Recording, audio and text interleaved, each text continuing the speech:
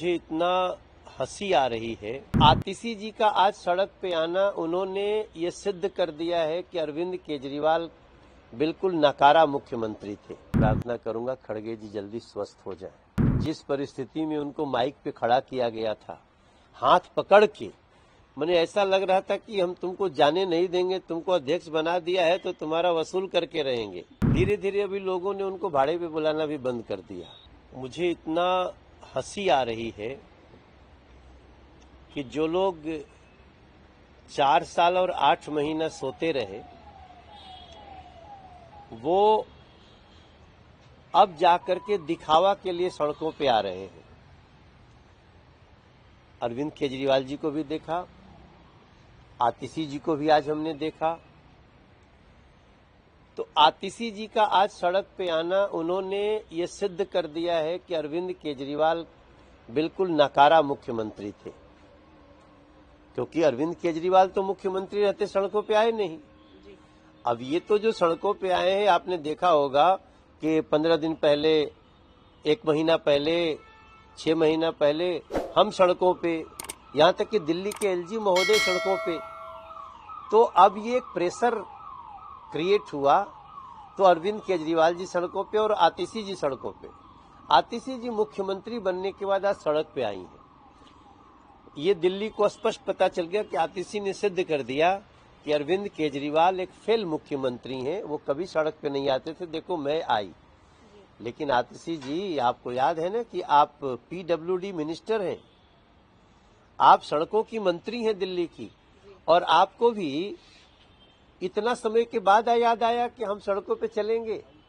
तो ये जो आप दिखावा और छल भ्रम कर रहे हो दिल्ली के साथ, कोई स्वीकार करने वाला नहीं है। हमने चिट्ठी भी लिखी थी, इस चिट्ठी में चलो आप सड़क पे आ गए, लेकिन आप तो बहुत लंबे समय से यहाँ पे पीडब्ल्यूडी मिनिस्टर हैं। दिल्ली की जनता अब इन लोगों को परमानेंटली विदा करेगी, क्योंकि दिल्ली की जनता समझ चुकी है कि चुनाव आने के समय ये सारी मीठी मीठी बातें, अच्छे अच्छे स्टेप उठाते हैं।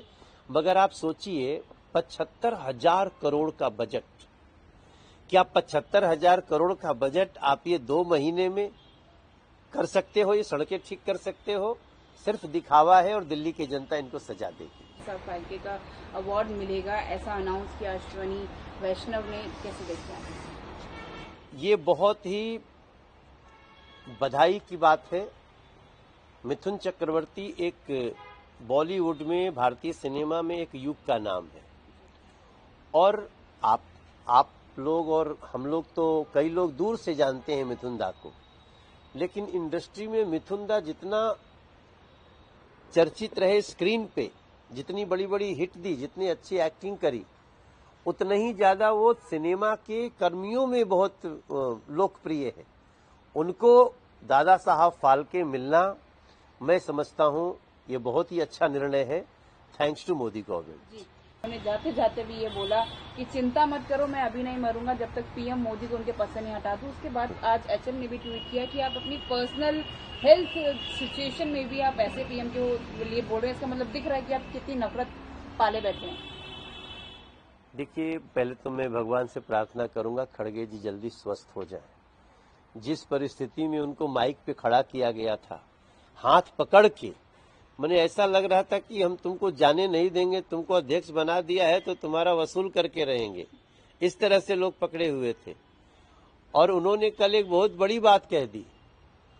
उन्होंने तो ये भी कह दिया कि कांग्रेस आएगी तो आतंकवाद आएगा, भ्रष्टाचार होगा। उन्होंने, अब चूंकि उनका स्वास्थ्य ठीक नहीं है, इसलिए उनके किसी बात को हम गंभीरता से नहीं लेना चाहते हैं, लेकिन उनके मन का नफरत तो दिख रहा है मोदी जी के प्रति। और ये नफरत का भाव कांग्रेस का सिर्फ इसलिए है कि अब कांग्रेस जो लूट करती थी, जो करप्शन करती थी, अब उसका मौका नहीं है। मुझे पूरा विश्वास है हरियाणा की सरकार, जम्मू कश्मीर की सरकार भारतीय जनता पार्टी की बनने वाली है। कांग्रेस को कोई दूर दूर तक अब पसंद करने वाला नहीं। जी, बिहार में सरकार चल रही है नीतीश गवर्नमेंट, वो 4 एक्स ब्यूरोक्रेट चला रहे हैं। ऐसा कुछ उनका अपना, नीतीश कुमार का अपना कुछ रेलेवेंस नहीं है? देखिए, प्रशांत किशोर जी भाड़े पे काम करते हैं। वो पहले पैसे लेकर के प्रचार करते थे, धीरे धीरे अभी लोगों ने उनको भाड़े पे बुलाना भी बंद कर दिया। अब वो सोच रहे हैं कि भाई जहां हम पता चलता था सैकड़ों करोड़ रुपया लेकर के हम प्रचार करते थे, तो अब उस तंत्र में खुद डूब जाएं।